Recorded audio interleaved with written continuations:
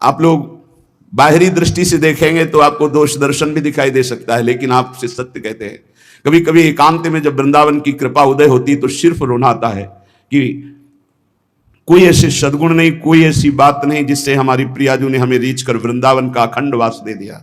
हमें अपने महल में, हम कहां वास कर रहे हैं, वृंदावन वासी हैं, प्रिया प्रीतम के चरण चिन्हों में वास कर रहे हैं, परम पावन रज में वास कर रहे हैं, हम धाम वासी हैं।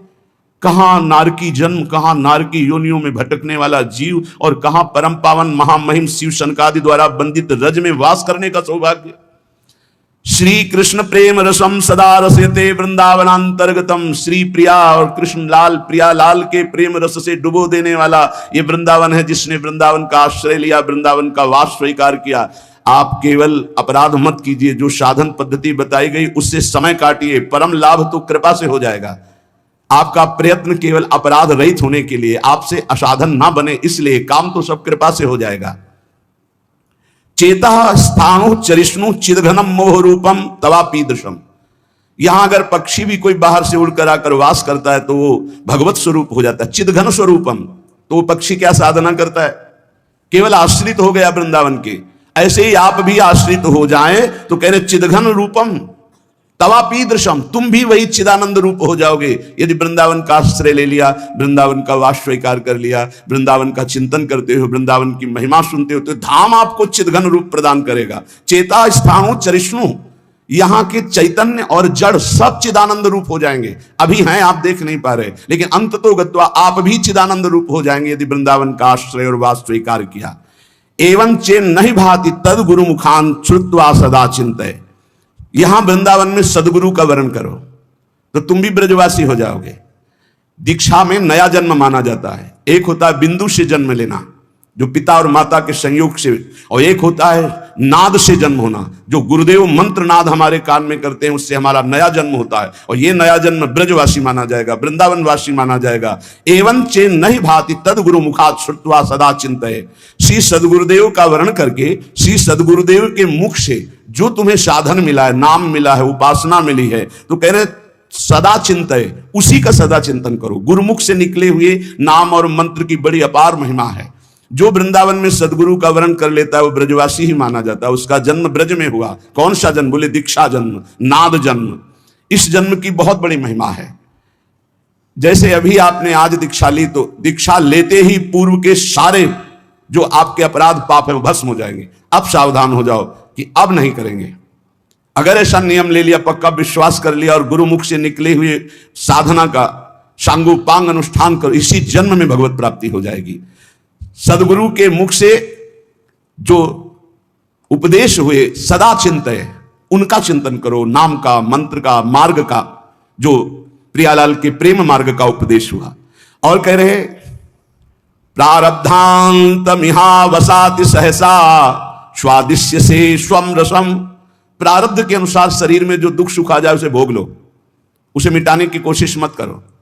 क्या होगा, बोले आपके हृदय में सहसा एक दिन देख लेना प्रियालाल प्रकाशित हो जाएंगे और आप उस आस्वादन से, प्रेम आस्वादन से उन्मत्त हो जाएंगे। क्या करें, कह रहे हैं कि जो वृंदावन का आश्रय लेता है, वास स्वीकार कर लेता है, वो श्री कृष्ण के प्रेम रस में निश्चित डूब जाता है। कैसे, बोले वृंदावन में सदगुरु का वर्ण करो, उनके द्वारा निकली हुई उपासना पद्धति जो श्रीमुख से है उसका अनुष्ठान करो, उनके बताए हुए मार्ग पर चलो, नाम मंत्र जो उन्होंने दिया उसका सदा चिंतन करो, और प्रारब्ध के अनुसार जो दुख सुख आ जाए उसे भोग लो।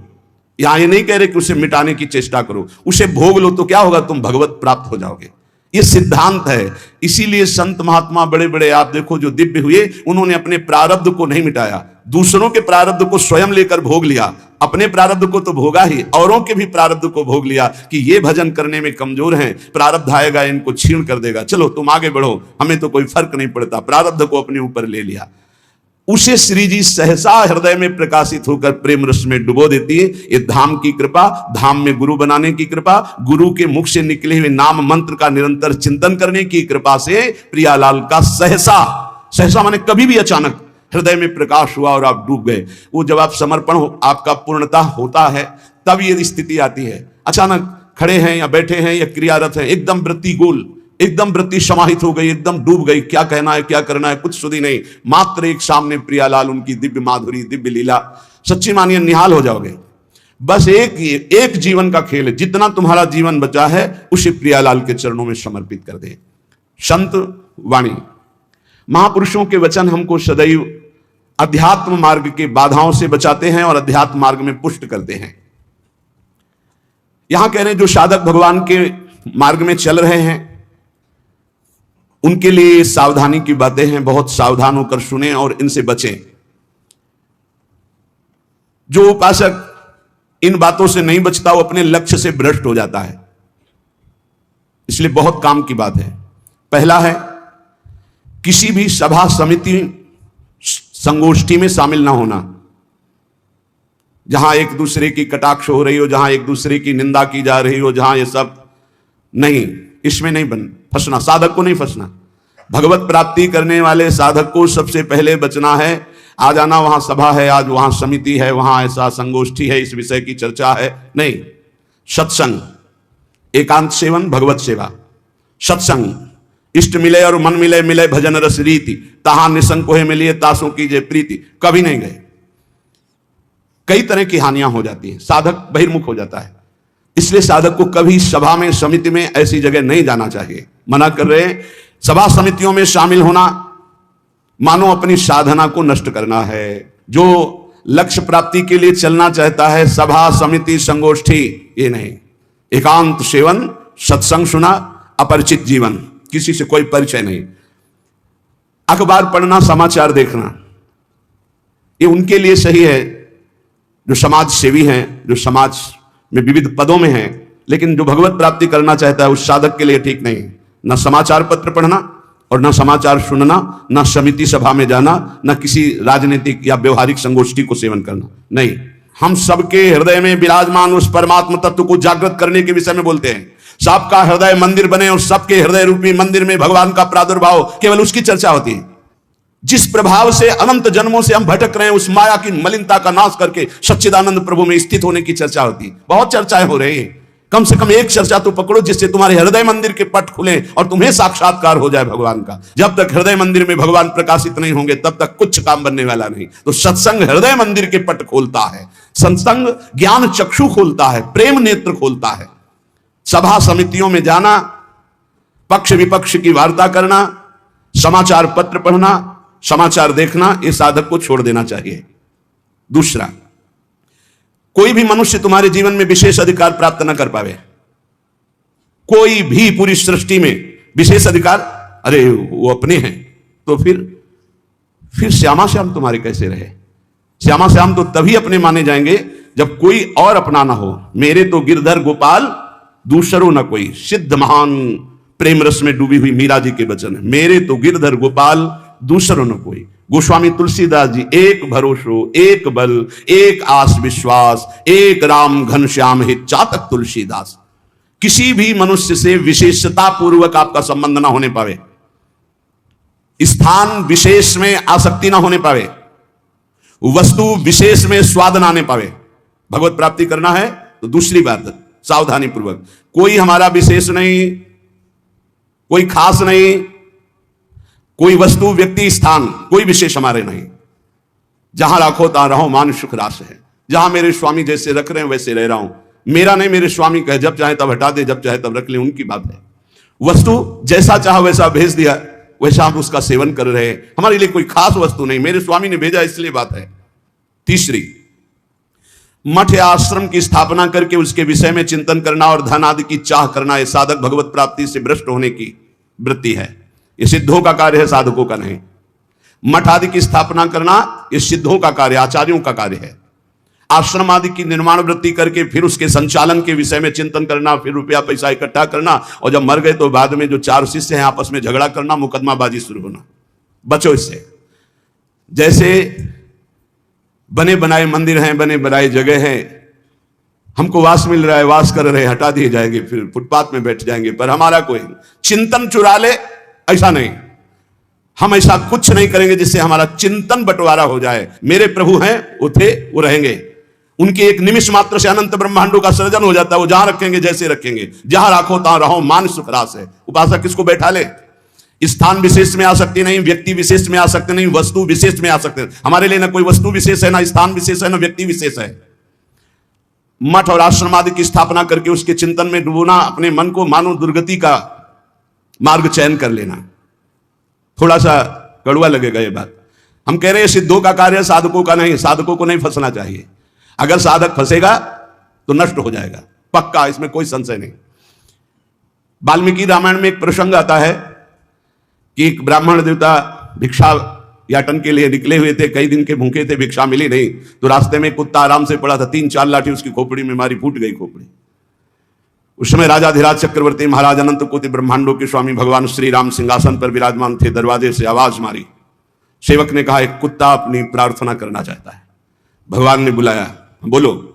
बोले मैं आराम से मार्ग में पड़ा था प्रभु, क्या मार्ग के साइड में पड़े रहना अपराध है? मैं कुत्ता हूं तो इसलिए मेरा इतना भी अधिकार नहीं कि मैं रास्ते के साइड में पड़ा रहूं। नहीं हुआ क्या, एक ब्राह्मण ने हमारे 4-5 लाठी मारी, खोपड़ी फूट गई। आप बताओ क्या मेरा दोष क्या था? मैंने भूखा भी नहीं, मैंने उसको कुछ छेड़ा भी नहीं, फिर क्यों मारा? बोले हमारे दरबार में ब्राह्मण को तो दंड दिया नहीं जाता। हाँ आप आए हो इसलिए बुलाते हैं उनको और प्रार्थना करेंगे कि ऐसा क्यों किया। बुलाए गए, भगवान आदर किए उन्हें और कहा आपने ऐसी त्रुटि क्यों की, क्यों मारा इसको? बोले 3-4 दिन से भिक्षा नहीं मिल रही थी, आराम से सो रहा था, मैं भूखा टहल रहा हूं, गुस्सा ही हमने मार दिया। अपराध है आपका? हाँ है। कुत्ते से कहा कि मैं तो दंड नहीं दे सकता क्योंकि हमारे दरबार में ब्रह्म ऋषि को दंड नहीं दिया जाता, आप दंड निर्धारित कीजिए, क्या दंड दिया जाए? उनका कलिंजर पर्वत का इनको महंत बना दिया जाए। ये दंड है, पुरस्कार। जिसको मांगने से भी भिक्षा नहीं मिलती, वो कलिंजर पर्वत के बहुत बड़े आश्रम का महंत बन जाएगा आगे चलकर, तो ये तो पुरस्कार मिला, ये तो दंड थोड़ी। बोले नहीं प्रभु, मैं मानते ही हूं, पूर्व का मैं मानते ही हूं, जो कुत्ता बना हूं, ये जब कुत्ता बनेगा ना तब इसको समझ में आएगा। सीधे कुत्ता ना कह करके इसको हमने, अगर साधक ये सिद्धों का खेल है, जो स्वात्मानंद में मगन है वो पूरा साम्राज्य चला सकते हैं, लेकिन जो साधक है अगर इस प्रपंच में फंसा तो मारा जाएगा। जब तक भगवत साक्षात्कार ना हो तब तक होश में मठ और आश्रम आदि की स्थापना करके उसके चलाने की चिंता करना, ये सब बिल्कुल परमार्थ से भ्रष्ट कर देने की बात है। चौथा, साधन में आलस्य, प्रमाद अपनी दिनचर्या में कभी नहीं होना चाहिए। गुरु प्रसाद से अभी तक, अब आगे भगवान जाने, अगर 102 बुखार भी है और हमारा नियम है 12:30 बजे 1 बजे जगना, तो जगना है, जगना। पैदल आते थे, अब ठीक उसी समय राउंड लगा के अपनी दिनचर्या है, अपनी दिनचर्या में 1 मिनट का फर्क नहीं। अब तो आराम से सो सकते हैं, नहीं, आराम कहां, जब तक शरीर में श्वास है आराम नहीं।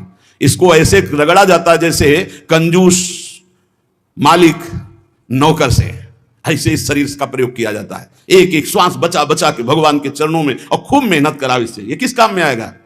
खा खा के अगर वजन बढ़ा रहे हो तो लकड़ी का वजन बढ़ेगा, फूंक दिया जाएगा शरीर, और किस काम में आएगा? ना उठने में सुविधा, ना दिनचर्या में सुविधा। जब शरीर बढ़ जाता है ना, अरे थोड़ा कम खाओ, खूब इसको व्यायाम प्राणायाम और अपनी दिनचर्या मेहनत करो, खूब नाम जप करो, भजन करो, इसके लिए मिला है। बोले साधन में आलस्य नहीं होना चाहिए, अपनी दिनचर्या में प्रमाद नहीं होना चाहिए। किसी भी साधक, दिनचर्या में प्रमाद का मतलब है अपने जीवन को नष्ट करना। ये नींद अच्छा है या राधा राधा रटना अच्छा है? हम कहते थोड़ा सो लो। नींद में केवल सुख जो मिलता है वो 5-6 घंटे संसार का चिंतन छूट गया, इस बात का है। तो तुम बैठे बैठे जागृत में यदि ऐसा अभ्यास बना लो, उसे समाधि कहते हैं। न जागृत है, न स्वप्न है, न सुषुप्ति है, भगवदाकार वृत्ति है। इसी के लिए तो हमारा मानव जीवन हुआ है। साधक अपनी साधना में प्रमाद न करे। कभी 3 बजे, कभी 4 बजे, कभी 5:30 बजे, कभी 2 बजे, ऐसी दिनचर्या ने, एक राइट दिनचर्या, 2-4-5 मिनट की बात अलग, पूरे जीवन, आजीवन एक दिनचर्या चलनी चाहिए साधक की।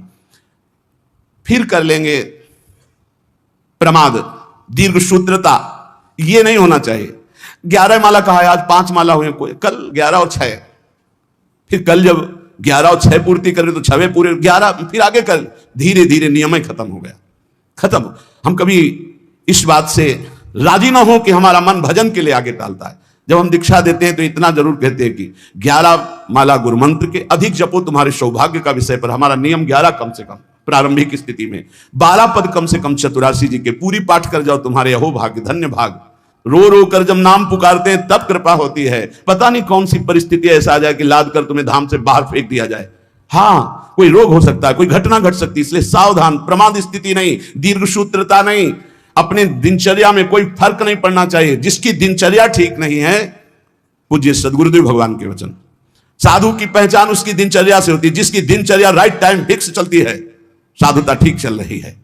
अगर दिनचर्या में व्यवधान, तो तुम्हारे जीवन में व्यवधान है, हटा दो, अपनी दिनचर्या में आओ। दिनचर्या ठीक होनी चाहिए। गुरुजनों के वचनों में, शास्त्र के वचनों में अविश्वास, अश्रद्धा या उपदेश दिए हुए कार्य के लिए निश्चय की कमी। आपको ऐसा करना है, हाँ हाँ कर लेंगे, नहीं वही करना है जो आज्ञा हो गई, बस सब बात बन जाएगी। पांचवा, कोई तुमसे विजय प्राप्त करने आया है शास्त्रार्थ के लिए, पहले ही हाथ जोड़कर हार जाओ। अगर भगवत प्राप्ति करनी, परास्त करने की कोशिश मत करो। छठवां, अपने को संत मानना और दूसरों को दोष दर्शन करना, यह साधक का नाश कर देने वाला होता है। अपने को संत मानना, दूसरों को असंत मानना, मतलब पतन का रास्ता निश्चित कर लिया। आचार्य चरण कह रहे, क्वा हम तुच्छा परम अधमा प्राण हो गर्ह कर्मा, कहां मैं तुच्छ अधम अपराध करने वाला। अपने को असंत और दूसरों को संत माने। सातवां, दूसरों के दोष देखना और उनको प्रकाशित कर देना, यह केवल गुरु की वृत्ति में होना चाहिए। वो अपने शिष्यों के दोष देखकर उसे प्रकाशित करके नष्ट कर दे। बकाया साधक को यह कभी वृत्ति नहीं रखनी चाहिए कि दूसरों के दोष देखकर और उनको प्रकट करना, चुगली करना। अगर साधक किसी के दोष देखता है तो उसी के सामने उसको फटकारे, तब तो मित्र माना जाएगा। और उसके चले जाने के बाद यदि पीछे चर्चा करता है तो उससे निंदा करते हैं, निंदा करने से पाप लगेगा, तुम्हारे अंदर वही दोष बहुतायत मात्रा में जागृत हो जाएगा। शब्द याद कर लो। अगर किसी के प्रति तुम्हारा दोष दर्शन है तो उसी के सामने कहो उससे, ए भाई हमने सत्संग में सुना है, ये जो तुम्हारी बात है ना, ये ठीक नहीं है, इसको सुधार कर लो, तो निंदा नहीं मानी जाएगी। वो चला गया, इसके बाद आप उसकी चर्चा करते हैं, अब ये पाप होगा। पर निंदा के किए त्यावत नहीं कछुआत, मूर्ख पर्वत पाप को ले चल अपने साथ। आठवां, किसी भी मनुष्य का ना शरीर से अपमान, ना वाणी से अपमान और ना मन से उसके नाश का चिंतन। जो तुम्हारा अहित कर रहा है, तुम्हारी निंदा कर रहा है, तुम्हारा अपमान कर रहा है, तो तुम्हें लौट कर अपमान नहीं करना। यह सिद्धांत है भगवत प्राप्ति का। और मन से संकल्प नहीं बनाना कि भोगोगे, क्योंकि तुम भजन करते हो, अगर ऐसा सोचे तो वो भोगेगा जरूर, लेकिन तुम्हारा भजन भगवत प्राप्ति के योग्य नहीं रह जाएगा। नवा, पर चर्चा, बैठकर सदैव दूसरे के विषय की चर्चा। ये साधकों में कुछ दोष होते हैं, इसलिए इसका सुधार करना चाहिए। पर चर्चा, पर निंदा से साधक को बहुत बचना है। ये जबान बहुत दुष्ट है, इसको रोको, वाणी को रोको। वाणी एक अमोल है, जो कोई बोले जान, हे तराजू तौल के तब मुख बाहर आन। और 10वां, सीरियल, नाटक, सिनेमा, नौटंकी, ये सब साधक नहीं। असत साहित्य नहीं पढ़ना, नहीं देखना, नहीं सुनना, बहुत बड़ा प्रभाव पड़ता है। इससे बहुत बड़ा प्रभाव पड़ता है, बहुत बड़ा प्रभाव पड़ता है। आपको अनजाने में पतन के मार्ग में आपको ले जाएगा।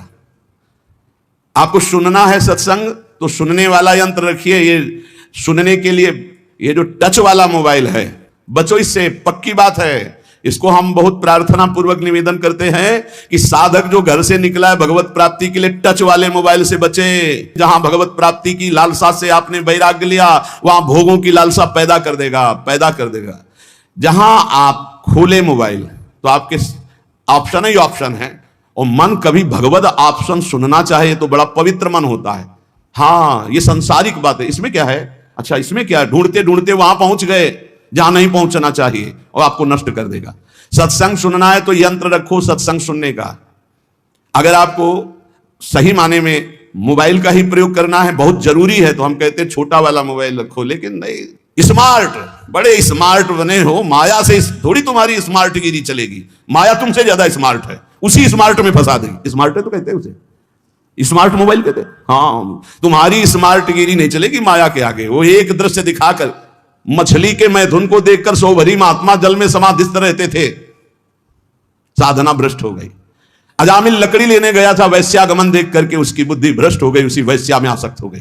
प्रार्थना है, बहुत बिना मोबाइल के नहीं चलता तो 1800 वाला ले लियो, 2000 का जो नहीं आता इतना बड़ा। भाई बहुत बात करनी है, कहीं कोई तुम्हारा पदाधिकारी हो तो भाई देख लो। नहीं तो हमें प्रार्थना करनी है साधकों से, स्मार्ट से बचो, बहुत स्मार्ट है वो, तुम्हें फंसा लेगा, भगवत मार्ग से गिरा देगा, पक्का गिरा देगा। मान लो हम कह रहे हैं, लेकिन कोई नहीं मानने के लिए तैयार है। और किससे बात करनी, श्री जी के लिए स्मार्ट काम नहीं करेगा, वहां फोन बात होगी नहीं, वहां तो राधा नाम काम करेगा, राधा राधा राधा राधा राधा। हाँ, कुछ ऐसी आवश्यकताएं हैं जिनकी जरूरत है, क्योंकि बिना उसके काम नहीं चल सकता। तो हम कह रहे जहां तक हो सके, और अगर किसी को बहुतायत की रखना है तो बहुत हिम्मत करो, कसम खा लो कि कभी हम और क्षेत्र में नहीं जाएंगे। बहुत बड़ा क्षेत्र है।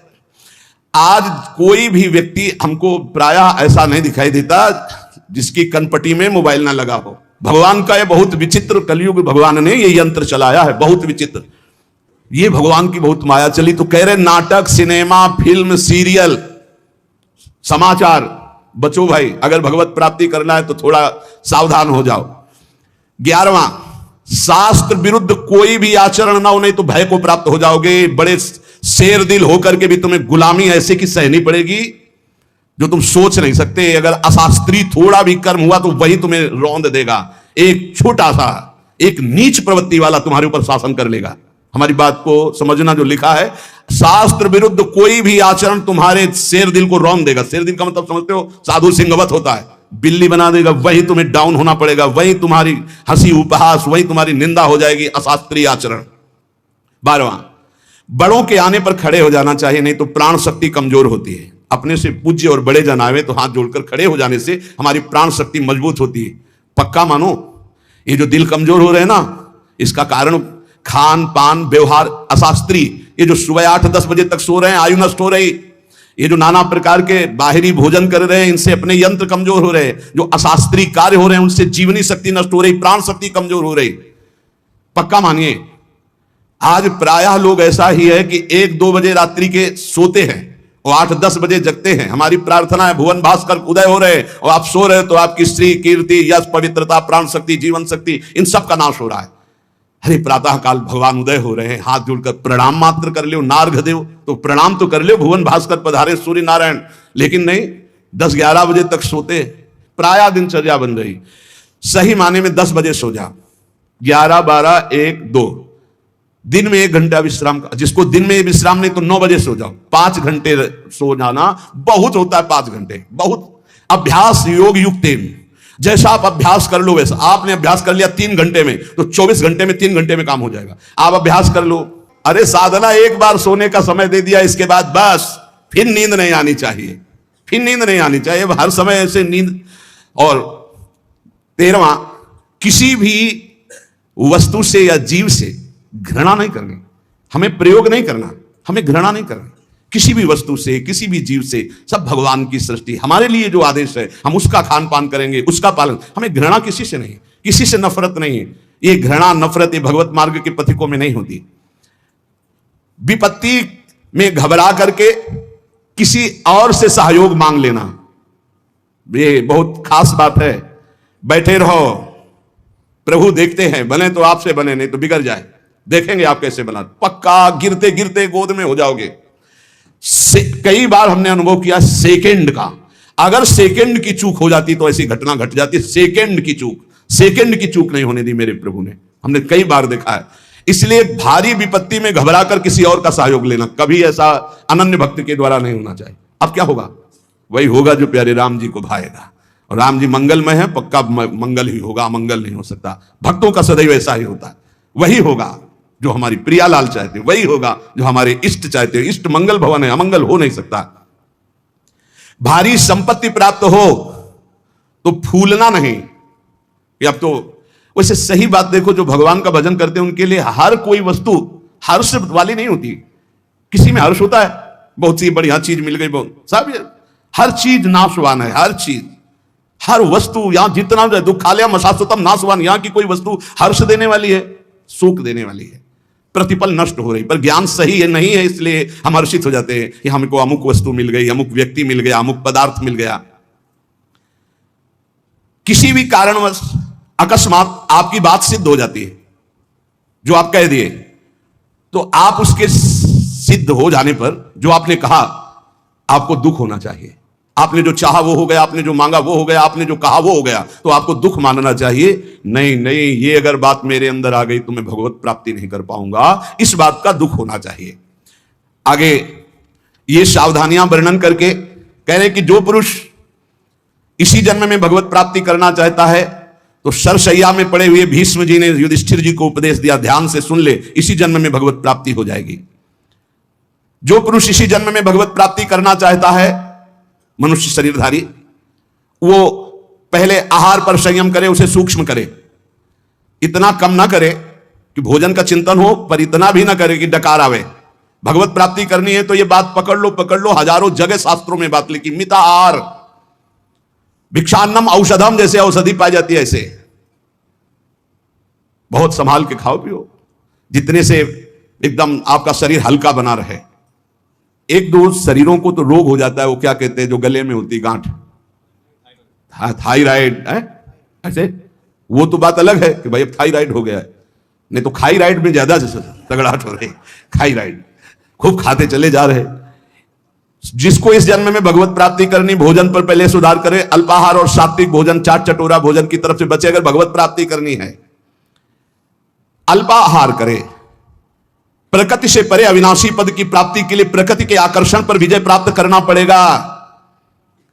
जो साधक घर में रहकर या घर छोड़कर, दोनों साधक होते हैं, गृहस्थी और विरक्ति, जो घर में रहकर साधना कर रहे हैं उनको चाहिए किसी और का ना खाएं, अपनी मेहनत का कमाया हुआ ही भोजन पावे, चाहे जहां जाए, कहीं किसी और का ना खाएं। 10 रुपए का खाया है 20 दे दो, तुम्हारे को भगवत प्राप्ति करना है। कभी ऐसा नहीं कि रास्ते में भंडारा बट रहा है, हलवा बट रहा है, दबा के पा लिया, चलो यार कम से कम बचे तो 100-200 रुपए। नहीं बचे, नहीं, जिसके लिए आए थे वो सब ले गया। वो गृहस्थ आदमी को अगर किसी का पानी भी पियो तो 5 रुपया उसको दे दो, 2 रुपया दे दो, नहीं रुपया दे दिया, वहां 2-4 दोना पत्तल उठा करके आसपास सेवा, कुछ सेवा कर दो।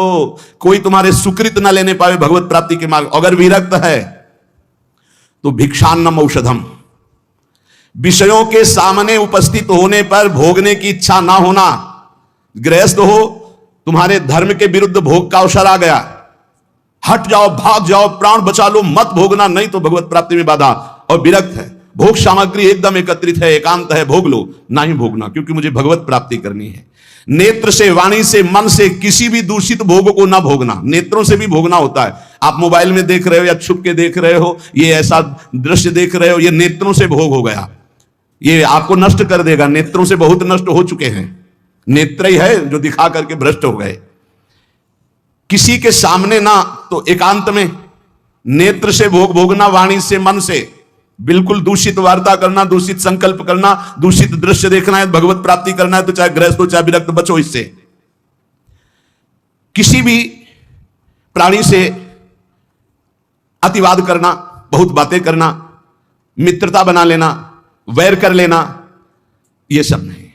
भगवत प्राप्ति के मार्ग में, ये भीष्म पितामह जो उपदेश कर रहे हैं, किसी के सामने अभिमान भरा वचन बोलना, अभिमान भरी क्रिया करना, अभिमान भरी चेष्टा करना, जैसे अभिमान हो जाता है। अहंकार भरी बात, अहंकार भरी क्रिया, अहंकार भरी कोई चेष्टा ना करे।